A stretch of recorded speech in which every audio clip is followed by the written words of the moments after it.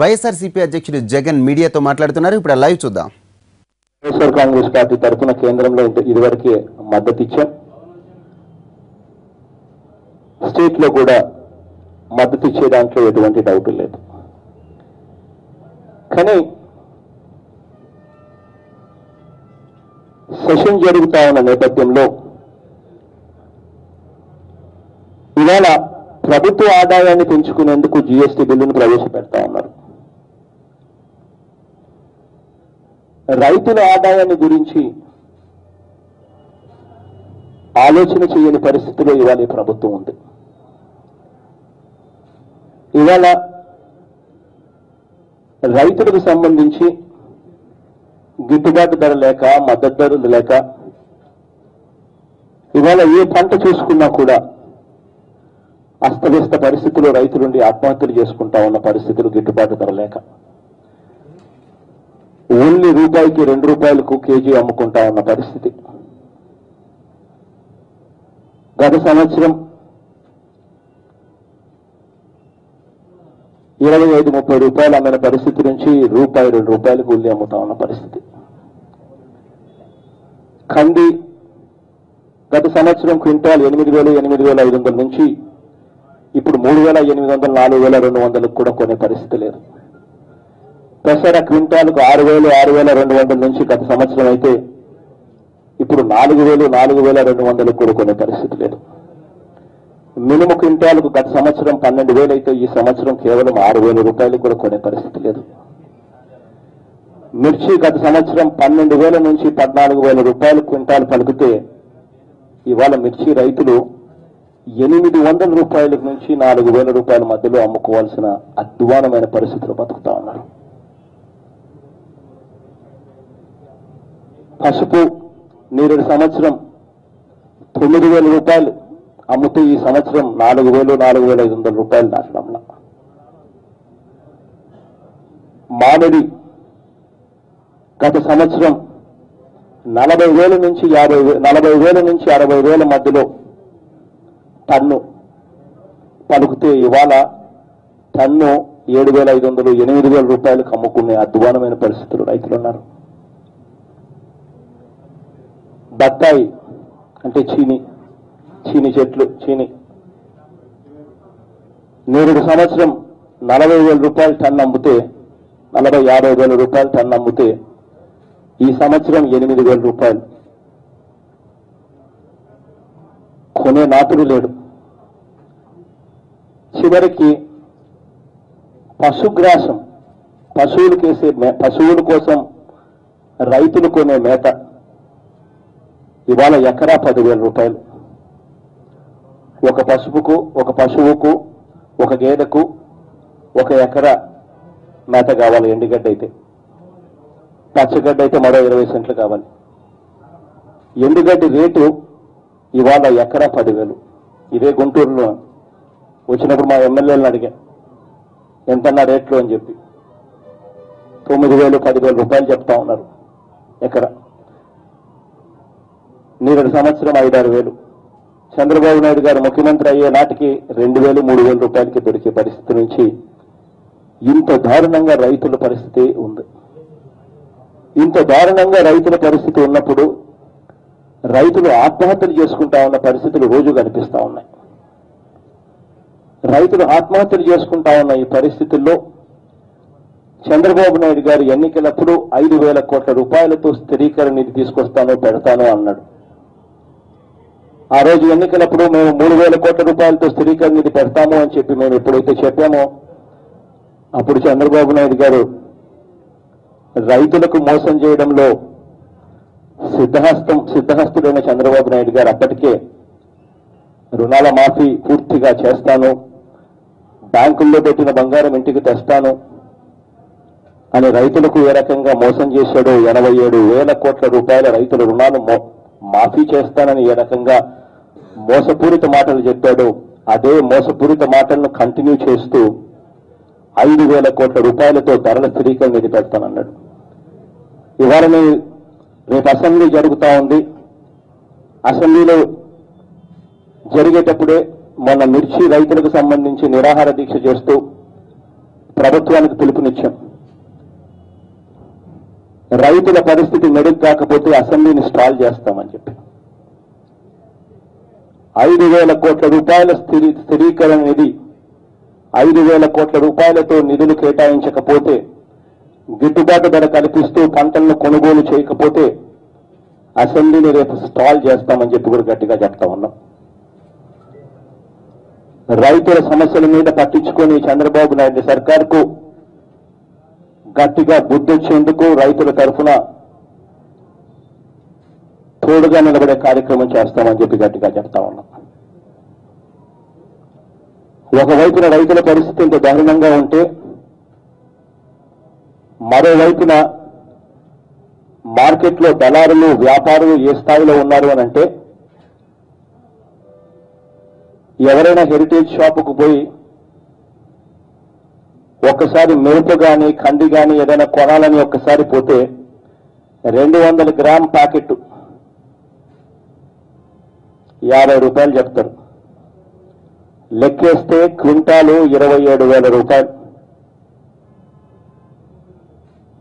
27,500 రూపాయలు మేరకు దాదాపుగా క్వింటాలకు. ఆ లెక్కన బయట హెరిటేజ్ లాంటి షాపుల్లో దొరుకుతా ఉంటే, రైతు దగ్గరకు వచ్చేసరికి 2,000 నుంచి 4,000 రూపాయల మధ్యలో ఉంది. ఇంతటి దారుణంగా రైతు దగ్గర నుంచి వ్యాపారస్తుల వరకు పోయేసరికి రేట్ల తేడా కనిపిస్తా ఉంది. చంద్రబాబు నాయుడు గారు రైతుల సమస్యలు ఎందుకు పట్టించుకోవడం లేదు అని అంటే కారణం, హెరిటేజ్ లో తన లాభాలు తగ్గుతాయని. రైతులకు ఎక్కువ ధరలు ఇచ్చే కార్యక్రమం చేస్తే హెరిటేజ్ లో ఎక్కువ ధరలు హెరిటేజ్ లో ఎక్కువ ధరలు కొనుగోలు చేయాల్సి వస్తుంది. ఇంతటి దారుణంగా రైతుల జీవితాలతో చంద్రబాబు నాయుడు గారి దగ్గర నుంచి దళారులు వ్యాపారులు రైతుల జీవితాలతో చెలకాటలాడుతా ఉన్నారు. ఇవాళ ఇది కోర్ డాష్ బోర్డ్ లో చంద్రబాబు నాయుడు గారు, కోర్ డాష్ బోర్డ్ అని చంద్రబాబు నాయుడు గారు గొప్పగా చెప్పుకుంటా ఉంటారు. కంప్యూటర్ నేనే కనిపెట్టా, బటన్ నొక్కితే ఏం జరుగుతా ఉంది ప్రపంచంలో నాకు తెలుస్తుందని. మిర్చి రైతులకు సంబంధించి చంద్రబాబు నాయుడు గారు ఏ మేరకు ప్రభుత్వ సహాయం చేశాడు అని చెప్పి కోర్ డాష్ బోర్డ్ లో పోయి అడిగితే అక్షరాల 2,37,49,199 రూపాయలు. సిగ్గుండాలి చంద్రబాబు నాయుడు గారికి. 92 లక్షల క్వింటాళ్లు పండితే కనీసం 50 లక్షల క్వింటాళ్ళన్నా కానీ కొనుగోలు చేస్తేనే మార్కెట్లో కాంపిటీషన్ వస్తుంది. ప్రభుత్వం ఎప్పుడైతే ముందుకొచ్చి కొనుగోలు చేయడం మొదలు పెడుతుందో వ్యాపారస్తుల్లో కూడా ఆ మేరకు కదలికొచ్చి వాళ్ళు కూడా రేటు పెంచే కార్యక్రమం, వాళ్ళు కూడా రేటు ఎక్కువ పెంచి కొనుగోలు చేసే కార్యక్రమం జరుగుతుంది. కేంద్ర ప్రభుత్వం కాస్తో కూస్తో ముందుకొచ్చి 5,000 రూపాయలు క్వింటాల్కి ఇస్తామని చెప్పి ముందుకొచ్చి సహాయం చేయడానికి ముందుకొచ్చింది. సంతోషం. కేంద్ర ప్రభుత్వం దగ్గర నుంచి ఆ మేరకు 5,000 రూపాయల నుంచి 5,000 వస్తా ఉంది అని అన్నప్పుడు రాష్ట్ర ప్రభుత్వం ఏం చేయాలి?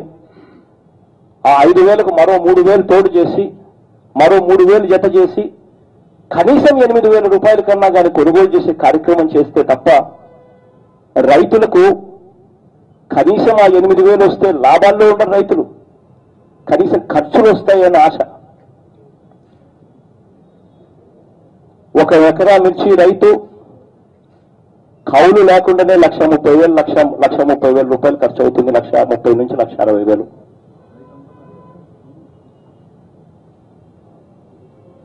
జెమినీ వైరస్ దగ్గర నుంచి వర్షాలు సరిగ్గా పడకపోవడం దగ్గర నుంచి నాగార్జున సాగర్ రైట్ కెనాల్లో నీళ్లు సరిగ్గా ఇవ్వడం వరకు చూసుకుంటే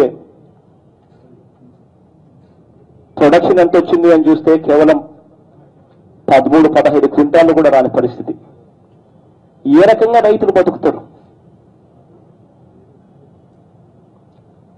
ఏ పంట చూసుకున్నా కూడా పసుపు దగ్గర నుంచి, మిర్చి దగ్గర నుంచి, మామిడి దగ్గర నుంచి, టమాటో దగ్గర నుంచి, ఉల్లి దగ్గర నుంచి ఏ పంట చూసుకున్నా కూడా రైతులు బతికే పరిస్థితి లేదు. 5,000 కోట్ల రూపాయల స్థిరీకరణ నిధి పెట్టాల్సింది 2 కోట్ల రూపాయలు ముష్టేసినట్టు ఇంతవరకు ప్రభుత్వం దగ్గర నుంచి అందిన సహాయం సిగ్గుతో తలంచుకోవాలి చంద్రబాబు నాయుడు గారు.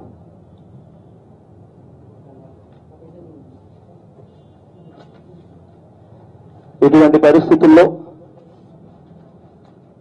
రైతులకు తోడుగా ఉండేందుకు, అన్ని రకాలుగా రైతులకు అండగా నిలిచేందుకు చంద్రబాబు నాయుడు గారు ఇంత దారుణంగా పరిపాలన చేస్తున్న పరిస్థితుల్లో రైతులకు అండగా నిలిచే దిశగా అడుగు ముందుకు వేస్తూ రేపు అసెంబ్లీని స్టాల్ చేస్తామని కూడా గట్టిగా చెప్తా ఉన్నాం.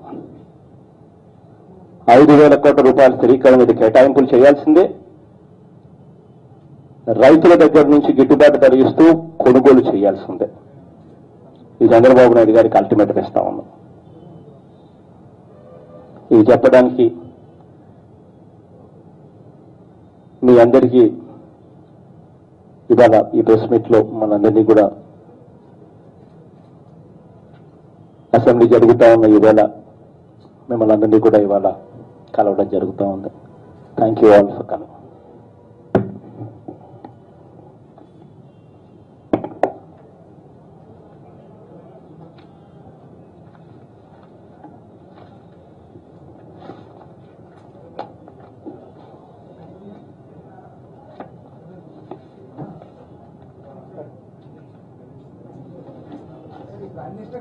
లెటర్ గురించి అప్పుడు మీడియాకి ఎందుకు మీరు ప్రతి లెటర్ రిలీజ్ చేస్తారు, ప్రతి లెటర్ కూడా మీరు మీడియాకి ఇస్తారు కదా, మరి ఫిబ్రవరిలో మీడియాకి ఎందుకు ఆ లెటర్ రాలేదు? మీ పేరు? శేఖర్. ఒక్కటి చెప్పాలి శేఖర్, నేను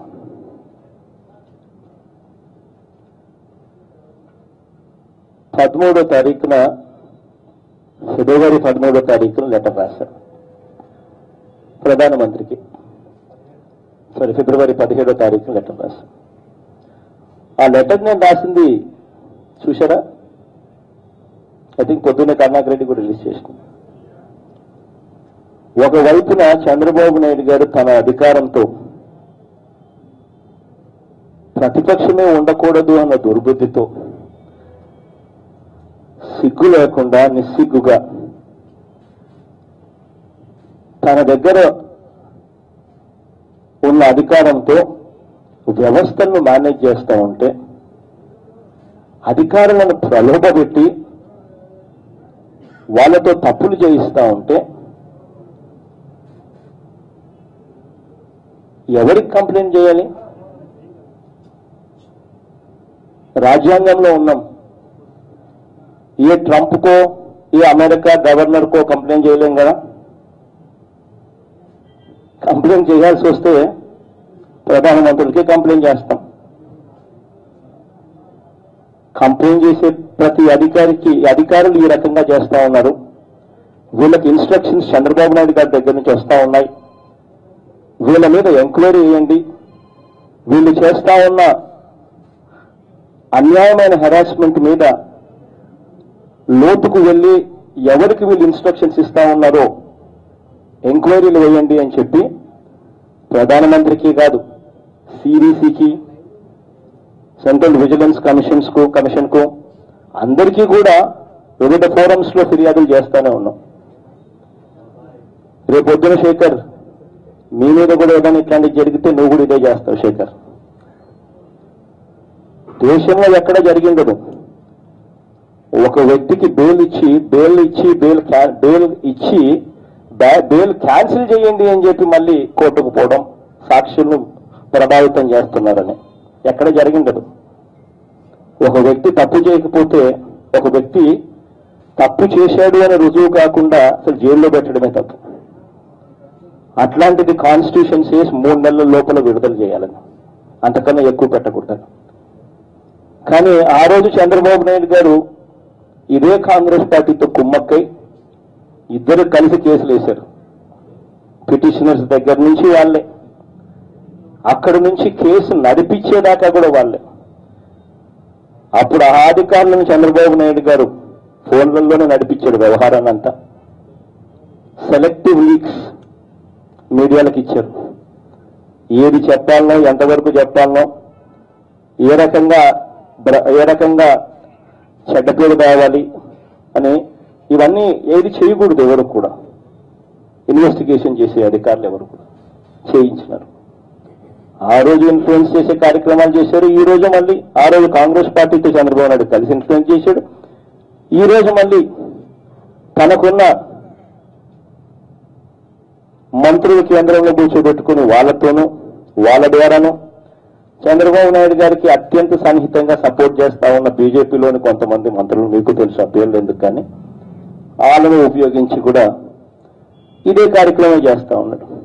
అట్లాంటిది ఇదే సిబిఐ బెయిల్ క్యాన్సిల్ చేయండి. అది కూడా ఏంటో ఒక టీవీ ఛానల్కి ఇచ్చిన ఇంటర్వ్యూలో ఒక రిటైర్డ్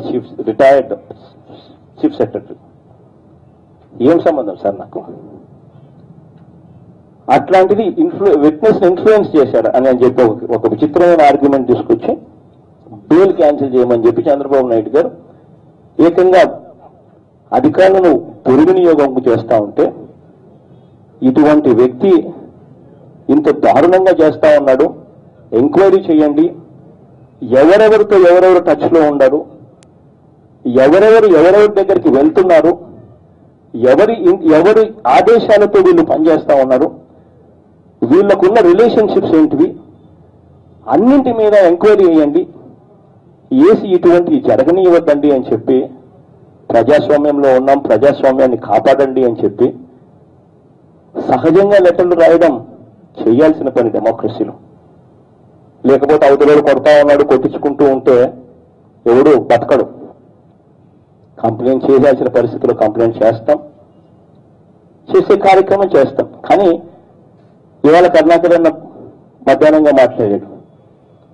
ఎక్కడ బాధ అనిపించింది అని అంటే, నిజంగా చంద్రబాబు నాయుడు గారికి ఉన్న మీడియాను మేనేజ్ చేసే వ్యవస్థలు ఏ స్థాయిలో ఉన్నాయి అని అంటే, చంద్రబాబు నాయుడు గారికి ఉన్న పరిచయాలు అయితేనేమి, కాంటాక్ట్స్ అయితేనేమి, తనకున్న పలుకుబడి అయితేనేమి, వ్యవస్థల మీద ఏ స్థాయిలో ఉన్నాయి అని అంటే, చివరకు ఒక మీడియా హౌస్ న్యాయం తరపున మాట్లాడాల్సింది పోయి ఏకంగా జరిగినట్టుగా కుకప్ చేసి, జరిగినట్టుగా 13వ తారీఖు నేను లెటర్ రాస్తే దాని మీద ప్రైమ్ మినిస్టర్స్ ఆఫీస్ స్పందించి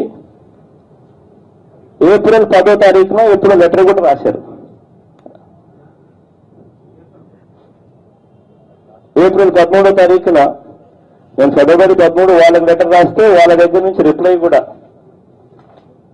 ఏప్రిల్ 13న, ఫిబ్రవరి 17న నేను వాళ్ళకి ప్రైమ్ మినిస్టర్కి లెటర్ రాస్తే ఏప్రిల్ 13న వాళ్ళ దగ్గర నుంచి రిప్లై కూడా వచ్చింది. నేను ప్రధానమంత్రిని ఎప్పుడు కలిశాను? మే 10న. అంటే ఒక వ్యక్తికి నేను లెటర్ రాసి ఆ వ్యక్తి దగ్గర నుంచి నాకు రిప్లై కూడా వచ్చిన తర్వాత మళ్ళీ బుద్ధుడు ఎవడన్నా అదే వ్యక్తి దగ్గరికి పోయేటప్పుడు ఆ పాత లెటర్ తీసుకుంటూ మళ్ళీ నీకు ఇస్తానా? జనరల్ కామన్ సెన్స్ ఉంటాను. అట్లాంటిది ఈరోజు ఏం జరిగింది?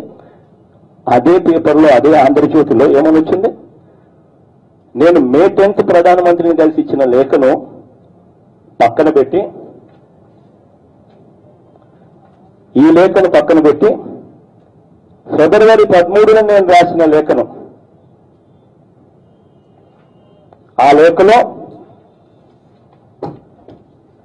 ఈ మళ్ళా మొదటి పేజ్ చూపిస్తే డేట్ చూపించాల్సి వస్తుందని ఈ చివరి లైన్స్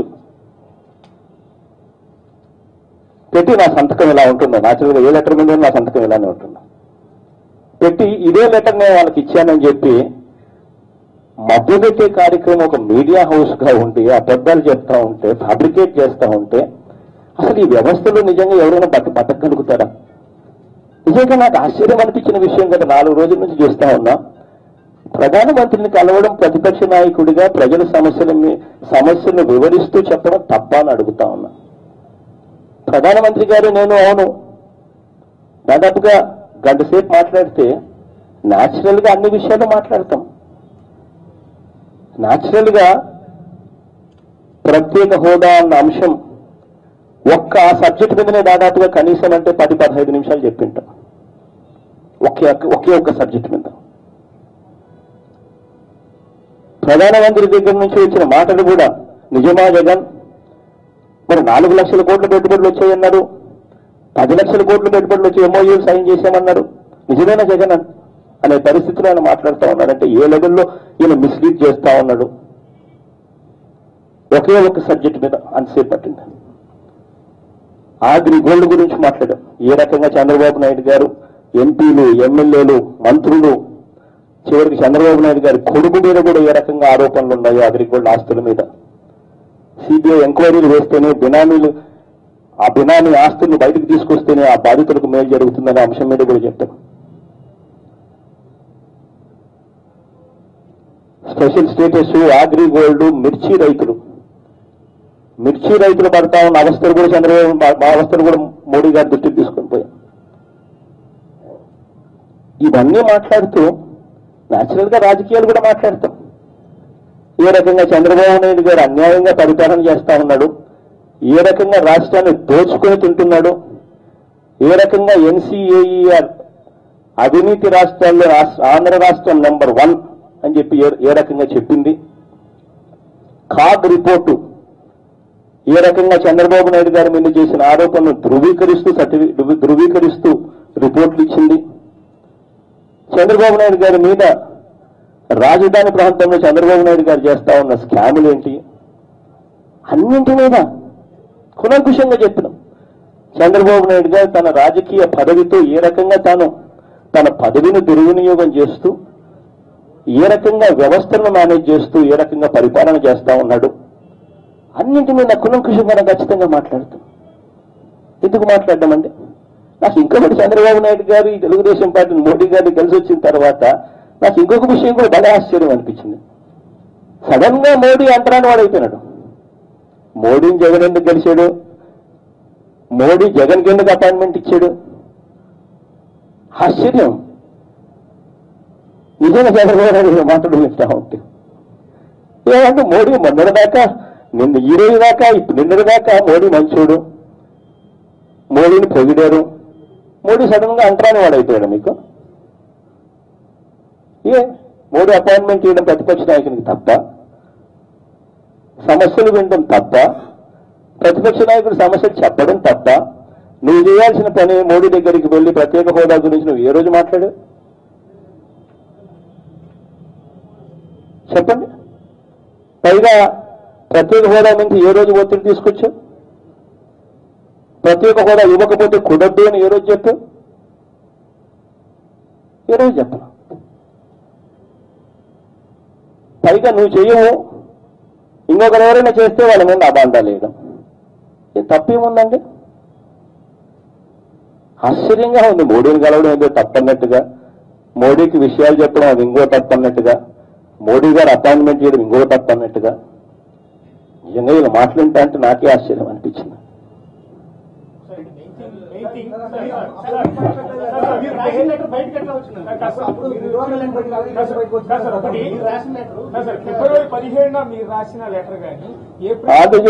అడగండి బయట పెట్టిన ఆంధ్రజ్యోతిని అడుగు ఎక్కడి నుంచి వచ్చిందో, ఏఈడి అధికారితో ఈయనకు సంబంధాలు బాగున్నాయో, ఏఈడి అధికారి దగ్గర నుంచి ఆంధ్రజ్యోతికి ఆ లెటర్ అందిందో ఆయన అడగండి తప్ప.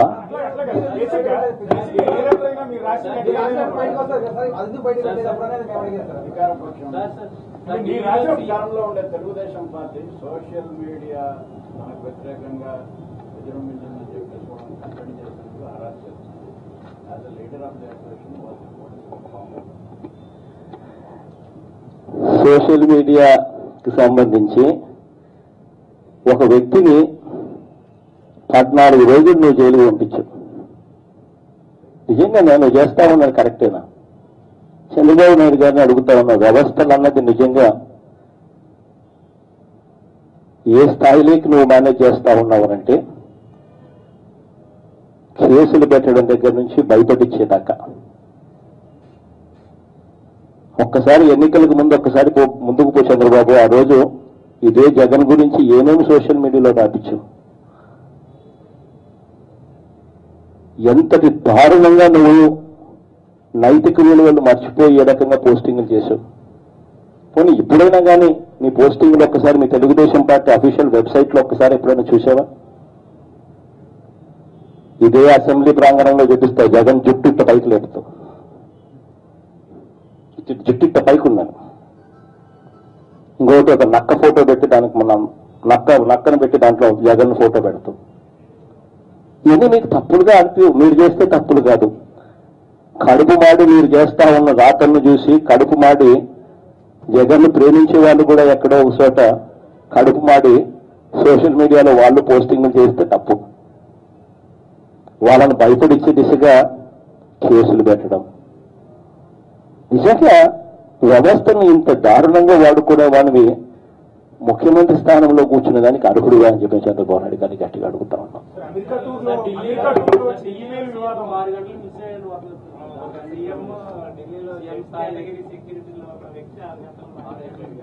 చంద్రబాబు గారిని గట్టిగా అడగండి మీరు అదే మాట. నాకైతే ప్రధానమంత్రి గారి దగ్గరికి రాత్రి ఫోన్ వాళ్ళ ఆఫీస్ నుంచి రాత్రి నాకు ఫోన్ వచ్చింది. అపాయింట్మెంట్ ఖరారైంది, రండి పొద్దున్నే అన్నారు. రాత్రి నాకు ఫోన్ వస్తే పొద్దున్నే మార్నింగ్ ఫ్లైట్ 6:30 ఫ్లైట్ అనుకుంటా. ఫ్లైట్ ఎక్కిన తర్వాత ఆ ఫ్లైట్ మళ్ళీ రన్వే దగ్గరికి పోయి మళ్ళీ టెక్నికల్ ప్రాబ్లం అని బయటకు వచ్చి మళ్ళీ వెనక్కి వచ్చి మళ్ళీ 7:30కి ఇంకొక ఫ్లైట్లకి ఎయిర్ ఇండియా ఫ్లైట్ నుంచి మన అక్కడ జెట్లకి షిఫ్ట్ అయినాం. నేను నాతో పాటు ఎంపీలందరం 7:30 నుంచి అక్కడికి వెళ్ళేసరికి బహుశా 9:30 10 అయింది. వెళ్ళిన వెంటనే ప్రధానమంత్రితో అపాయింట్మెంట్ ఉందని చెప్పి ప్రెస్కి అందరికీ కూడా 10 గంటలకల్లా అందరికీ కూడా చెప్పడం జరిగింది. తర్వాత అయితే నేను 11 గంటలకు ఎప్పుడో ఇంటికి పోయి షర్ట్ మార్చుకుని ఫ్రెష్ అప్ అయి వెంటనే ప్రధానమంత్రి దగ్గరికి పోయిన తర్వాత వెంటనే అక్కడ ఏం జరిగింది అన్నది ఆయనకి ఇచ్చిన అర్జీ దగ్గర నుంచి అన్ని కూడా ప్రెస్కి కూడా చూపించాం. కానీ ఏం చేసినా ఆయన ట్రాన్స్పరెంట్ గా జరిగింది, ట్రాన్స్పరెంట్ గానే చేసినాం. కానీ చంద్రబాబు నాయుడు గారు అమెరికా నుంచి వచ్చింది ఎన్ని గంటలకు? నాకు తెలిసి 3 గంటలకు అనుకుంటాం. 2 o'clock 3 o'clock వచ్చినాం. వచ్చిన తర్వాత 11 దాకా మనిషి ఎవరికి కనపల్ల. ఎక్కడికి పోయాడు? ఎవరిని కలిశాడు? ఎందుకు ఈ మాటలు ఎందుకు ఈ బయటికి రావడంలా? ఎందుకు చంద్రబాబు నాయుడు గోప్యంగా పెట్టాడు? ఎవరు చీకటిలో చిదంబరాన్ని ఆ రోజుల్లో కలిసింది? ఎవరు కాంగ్రెస్ పార్టీతో కలిసికట్టుగా ఒకటై నా మీద కేసులు వేసింది? ఎవరు కిరణ్ కుమార్ రెడ్డి సర్కారును విప్పు జారీ చేసి కాపాడింది? అప్పట్లో కాంగ్రెస్ సర్కారును అలానే ఉపయోగించుకున్నాడు చంద్రబాబు నాయుడు గారు.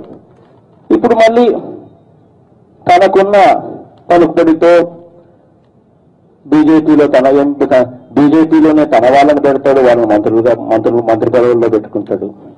తన పార్టీకి సంబంధించిన వాళ్ళు కూడా మంత్రి పదవుల్లో ఉంటారు. ఇప్పుడు కూడా మళ్ళీ రహస్యంగా వస్తాడు. ఎవరిని కలుస్తాడో ఎవరిని కలిశాడో చెప్పేదానికి ధైర్యం సరిపోదు. అంత గోప్యంగా ఎందుకు చేస్తాడు? మరి అడగండి, వేరే అడగండి.